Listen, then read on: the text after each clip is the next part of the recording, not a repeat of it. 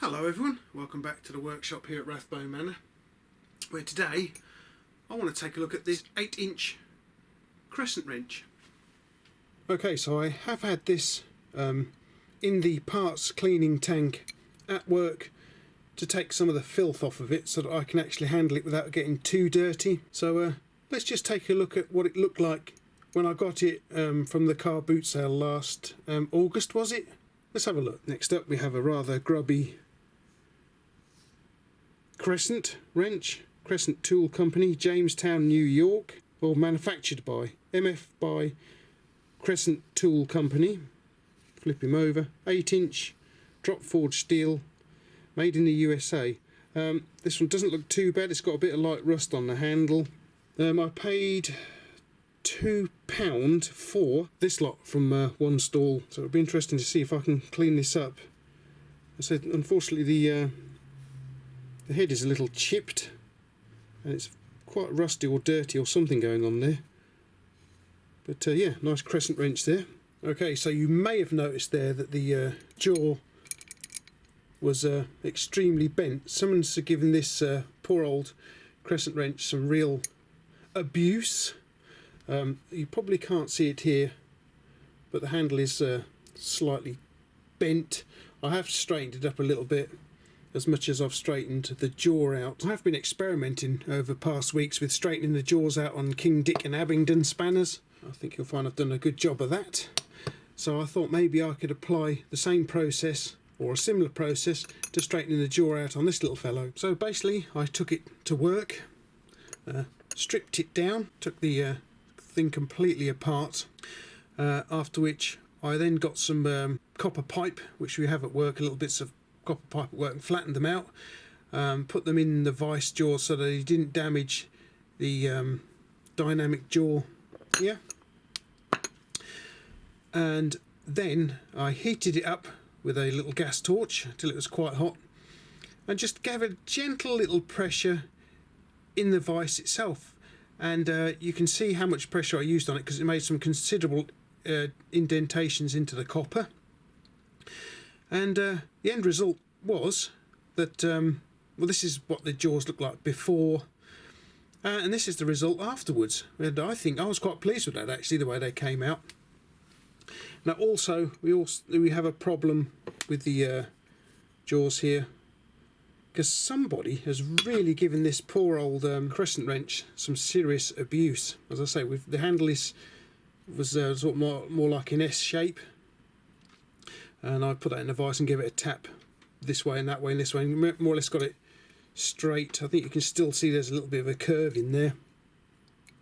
In fact, my colleague in the machine shop said whoever was using this should have got the sack after giving it that much welly.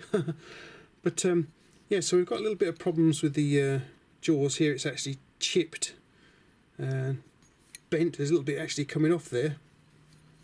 So I think what we'd better do is, because it's covered in rust here, as you can see, a little very lightweight rust, I think. I don't know how easy that'll be to get off, but what I think we'll do is we'll just take it apart again, and I'll soak it in some vinegar overnight.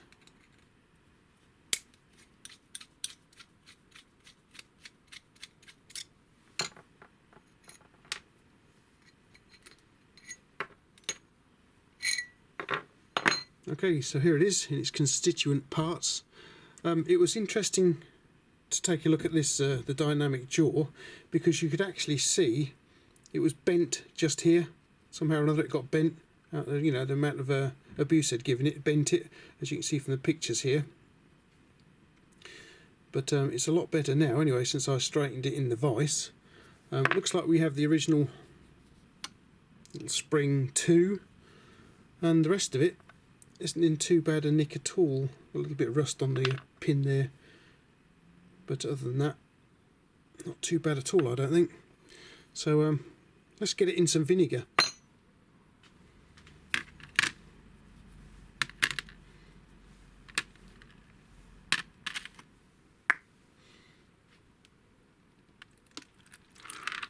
Some pre-loved vinegar. Oh, is it going to cover it? I hope so. Yeah, that'll do it. Well, good morning everyone. Welcome to the following day here at Rathbone Manor in the workshop. The little 8-inch Crescent wrench has been in there soaking in the vinegar all night. I got a very interesting photograph this morning. As you can see here, you can actually make out the outline of the different parts of the wrench. The pin, the roller, the jaw and the front end of the wrench itself are all clearly visible. What I did notice with the dynamic jaw here, it does have a fairly substantial crack in it. I don't know if you can see that. Yes, you can just about see it in there, look. But I'll put you some clearer pictures up. It is quite badly cracked. So somebody has given this some serious abuse at some point during its life. Poor old wrench. But the pin looks fairly decent, doesn't it?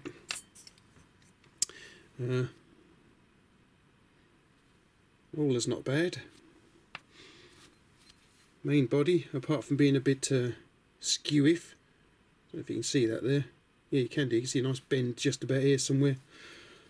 Not too bad apart from the end here, which has been well and truly chipped, as you can see. Look at that.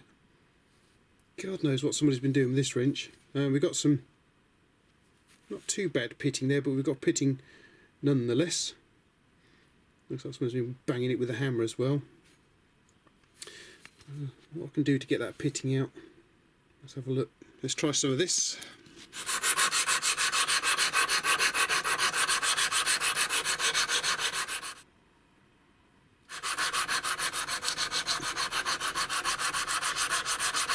Okay, let's see what we did with it then.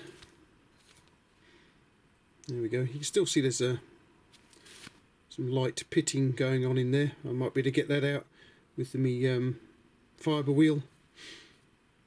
There's been some serious hammering going on the back just there. Let's have a look inside the jaw. You can see the rust and the damage and the chipping. So we'll have to try and reprofile that. Let's take a look at the dynamic jaw, because there's some hassle on there as well. Yes, as you can see, we've got 2 marks, 2 indentations just there, look. And probably one just here as well. So this poor old wrench has had some serious work over the years. I don't know what somebody thought they were doing with this wrench, but they've not done it any favours. I wonder if I can reprofile this point and get rid of some of the chips and what have you. Let's give it a go and have a look, shall we?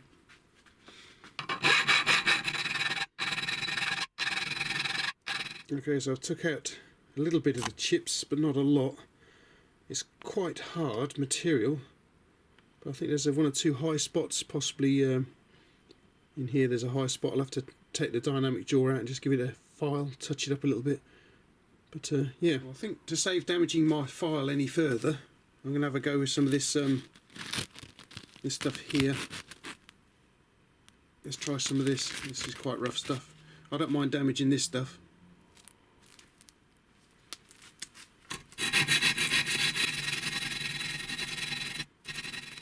Look at the damage it's done to this.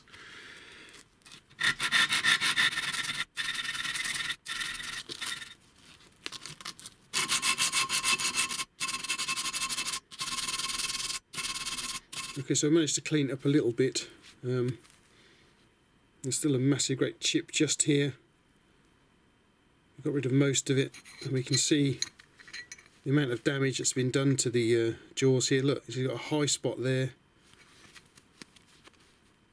And same there as well, look. So we're not going to get it back to how it was in the factory again, unfortunately, guys. But yeah, we're doing a not too bad a job so far. Right, so I think what we'll have to do now is get it on the wire wheel and the fibre wheel and see what we can do with it now. So yeah, let's give it a go. Okay then everyone, so before we take a look at the little Crescent wrench here, let's take a look at what it looked like before we started the cleanup process on it. And as you can see, it was a considerable mess. The jaw was bent, it was rusty, not very nice at all. So let's take a look at it now. And what a difference. Wow, check this out guys, look at that. They're almost shaving that, look. What an absolute difference. What I've done is I've polished all this bit here and the handle, and I've left this bit here just wire brushed, and I've also left all the history to it as well, all the bashing. The jaws, look how nice and tight they are. I mean, they're a bit wobbly this way, but what adjustable spanner isn't wobbly that way? I've tried to tidy up the end of the jaw here. You can still see the chipping and the damage, but that's all part of the history of the tool as far as I'm concerned, so I didn't want to take it too far down, but it's a lot better than it was. And as you can see, as I say, the jaws are nice and tight now, they're nice and level, which is nice. We've still got some of the pitting going on just here, but it's shiny all the same. Look at that, despite the pitting. What does this roll like now? Yep, runs up and down quite nicely now, guys. As I say, you can actually see the massive crack just there. Look at that. It runs down the side there too somewhere. But yeah, you can see that crack there. What I really should do with it is I should take a file to it or a grinder to it and put a little V-notch in there, and then just apply some MIG welding to it. But I don't have a MIG welder, and we don't have one at work either, so I can't do that, unfortunately. You know what we ought to do, don't you guys? I keep bashing the tripod. What we ought to do is give it a go with this M10 nut and bolt set here. Okay, in the vise it is then. Bring in the Crescent wrench here. Let's back it out a bit. There we go. Snug it up. I mean, this is obviously not going to be as good as it was when it left the factory, because you're going to damage the that crack's going to make it open up, and it's not going to, you know, the jaws are going to spring open because of the crack there. But just to see how much torque we can actually apply to this little fellow. That's quite a bit. That's quite a bit of torque there, guys. Oh, there we go. Look at that. I don't think it's damaged it now. It hasn't opened the crack up anymore. But then again, you see, we're not going to be hitting it with a hammer or using a cheetah bar on the poor old thing. So I think you might be able to use it, but it's more of a wall hanger now. Alright then, everyone, what do you think? How do you think it came out? As I say, I've tried to leave the history all over it. You can see it's had a beating. I mean, what on earth somebody was doing with this to get it into the state it was, with the bent dynamic jaw, cracked the dynamic jaw too, didn't they? I don't know what on earth they were doing, but as my colleague in the machine shop says, they should have been sacked, really. Alrighty, what do you think? Let me know in the comments down below. Well, that came out rather well, I thought. As I say, I've left it wire brushed in here, polished the rest of it all up. I mean, you know, if I had more equipment, I'm sure I could do a better job, but I think I've done quite a nice job on this. I quite like it. I don't think I'll be using it for any really heavy jobs, because I think what's going to happen, this jaw's going to break off at some point, especially if you had about a 20-foot tube on here, you know, giving it that extra bit of leverage, then I'm sure you could break it.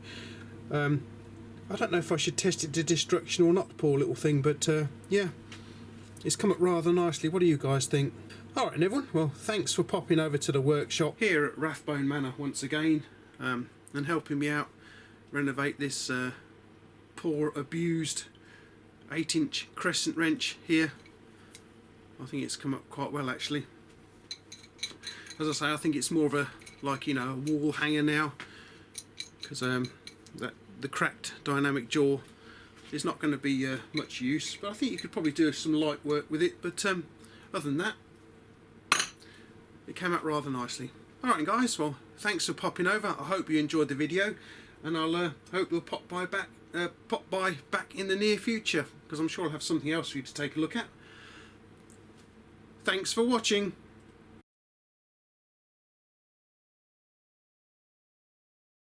Ruff, ruff.